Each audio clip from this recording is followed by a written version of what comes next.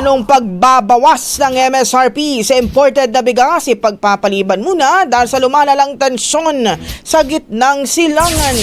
Brigada Jigo Boy, Custodio, ibrigada mo! Brigada Live Report. Pansamantalang ipagpapaliban ng Department of Agriculture ang nakatakdang pagbabawas sa maximum suggested retail price ng imported na bigas sa July 1, bunsod yan na lumalalang tensyon sa gitnang silangan.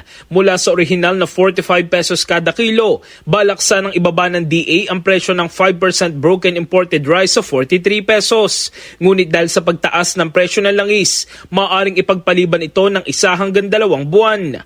Ayon kay Agriculture Secretary Francisco Chu Laurel, banta ang mas malawak na gulo sa rehiyon matapos ang airstrike ng US sa Iran na maaaring makasama sa pandaigdigang supply ng langis. Ito'y may domino effect sa presyo ng abono, transportasyon at iba pang input sa agrikultura. Samantala, nakatakda pa rin maglabas ng suggested retail price para sa imported na baboy sa Agosto, ngunit depende pa rin ito sa galaw ng merkado. In the heart of changing lives, ako sa Brigada Jigo Custodio ng 105.1 Brigada News of Manila, the Music and News Authority.